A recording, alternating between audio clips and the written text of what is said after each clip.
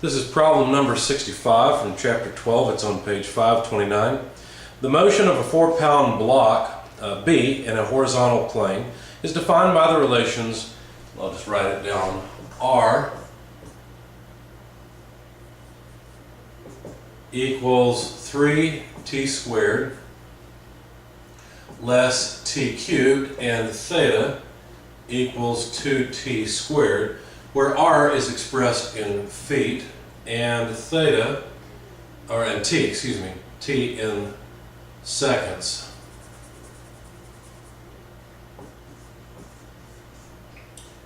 And theta in radians. Determine the radial and transverse components of the force exerted on the block when A, t equals 0, and B, t equal 1 for seconds. Now the figure that's given appears as follows. There's a ground pivot with an arm and block B on that arm. The block can slide on the arm, and there's the vector R that describes the position of block B. So basically the position of block B with respect to the arm is given by this equation as a function of time, and the angle of the arm, and therefore the angle up to block B, theta, is given by this function of time. And what we want to do is find the radial and transverse components of force. Well, where would those be?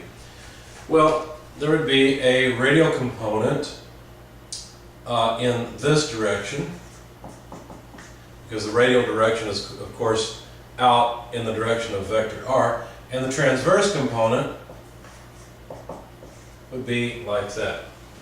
So there's the force from the arm onto the block, and apparently there's some friction, therefore we can have some radial force, and of course there's connection, so there's some transverse force.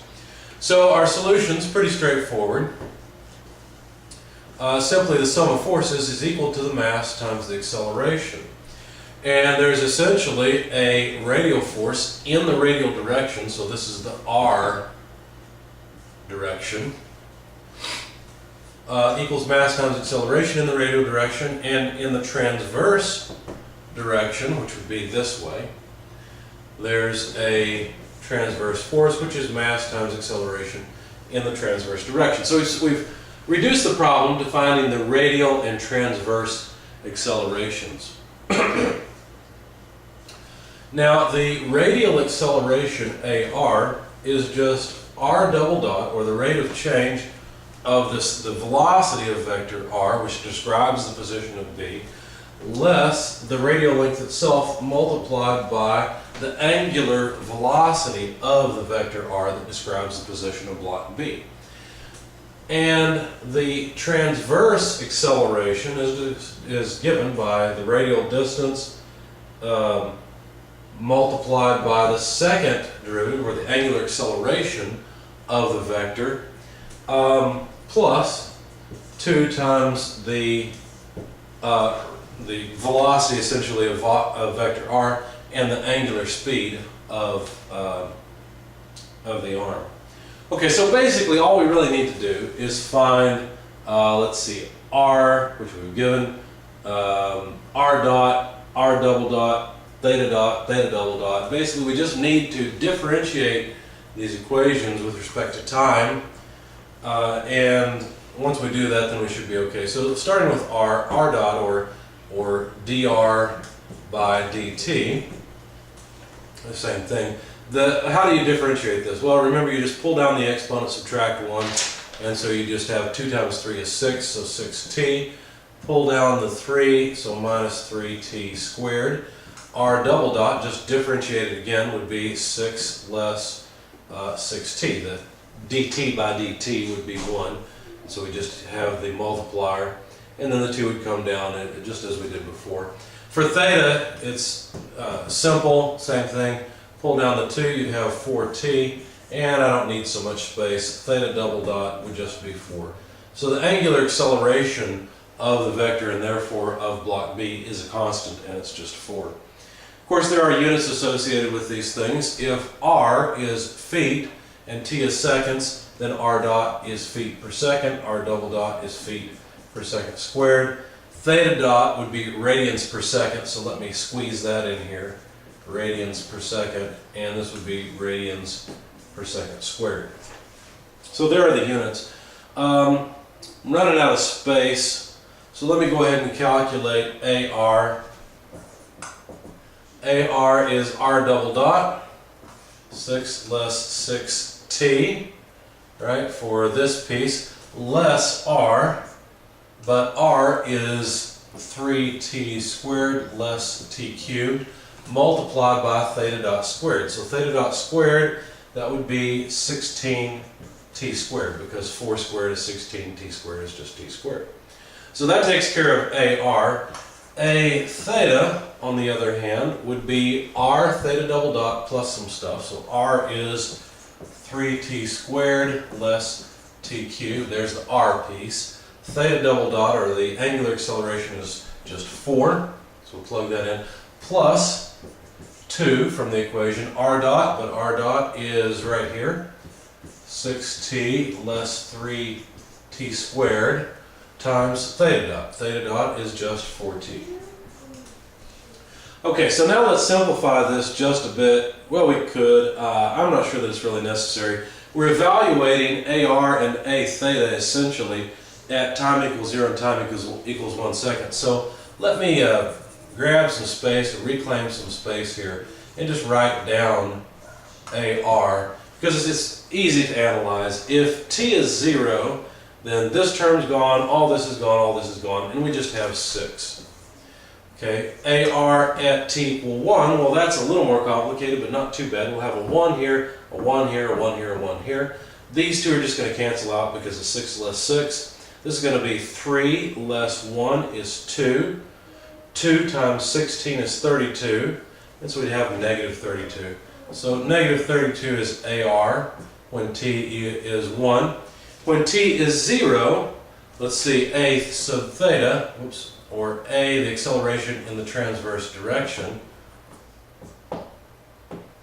The acceleration in the transverse direction when t is 0, let's see, these terms would be gone, all this would be gone, and so basically we just get 0.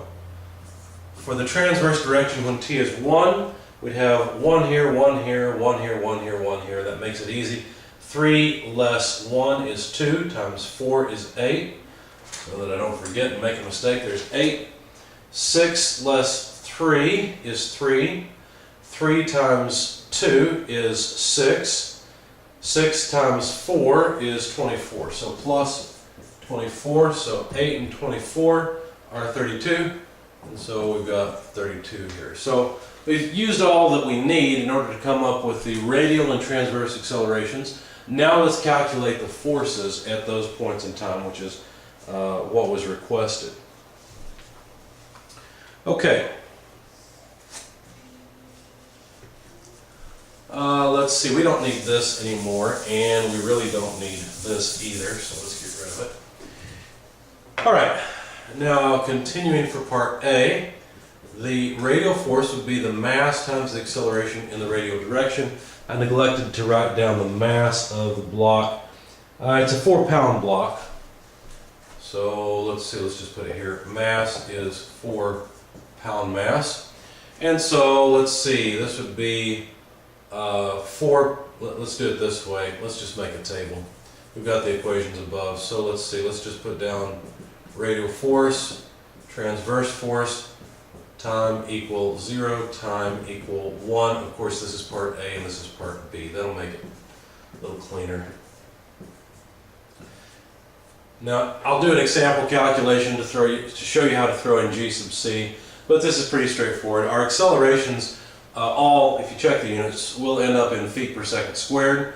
When we have pound mass, basically what we'll have, force equals mass times acceleration. Let's analyze the units. The units of mass, and I like to do it this way, the units of mass are going to be pound mass. The units of acceleration will be feet per second squared. To report the forces in pounds force, which is what we'd like to do, we will have to multiply by G sub C. So we'll have to multiply by 1 pound force per 1 pound mass per 32.2 feet per second squared. That way the feet per second squared go away and the pound mass go away. Okay, so basically everything that I get, what I'll have to do is plug in numbers. 4 pounds multiplied by acceleration of 6, and then just divide by 32.2. So using FR from the very beginning, so we can fill in this column. Mass, 4 pounds. AR at time 0, 6, divided by 32.2, and I get 0.745 pounds force. Let me try again, that's hard to read probably. 745. If I do the same thing at 1 second, then I'd have to multiply by an acceleration of negative 32. So negative 32 times 4 divided by 32.2 gives me negative 3.975, and these are rounded off to the third decimal place. So that takes care of FR. F theta, or the transverse force, we'll just use the transverse acceleration. 0 times 4, that's just going to give us 0, so there's no transverse force initially. And then at time 1, we've got 32. Numerically, that's the same as this 32. We multiply it by 4. We're obviously going to end up with 3.975 pounds force. So there are the forces as a function of time.